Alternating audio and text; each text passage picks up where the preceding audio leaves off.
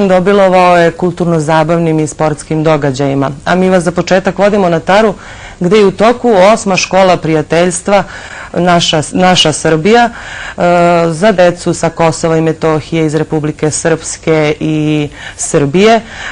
Juče je na Tari u ovoj školi bilo posebno veselo, a sve u čast zemlje prijatelja Kipra i donatora koji su posetili ovu nesvakidašnju školu.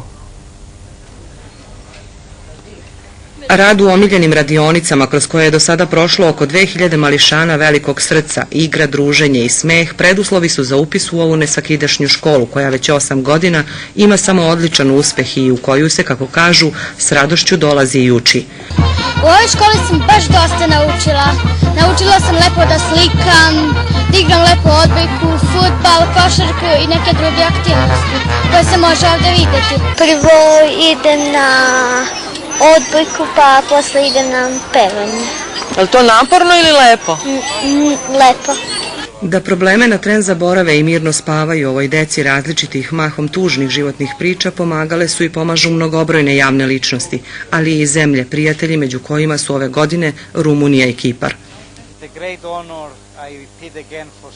Velika je čast i potpuno je prirodno za Kipar da bude zemlja prijatelj ove škole, jer smo i mi imali decu koja su propatila u ratu i ostala bez roditelja. Tako da nam je zadovoljstvo da pomognemo onima koji su prošli kroz sličnu situaciju i ovu decu pripremimo za budućnost. Meni je drago da dolazim svake godine ovde i uživam i gledam kako ovaj kamp napreduje i gledam njih kako su zadovoljni, jel tako? Da, uživaju ovde i jako me raduje svaki put kad dođem da ih vidim i evo dobila sam divno cveće i licitarsko srce i baš se prijetno osjećam stvarno. Mislim da oni uživaju ovde.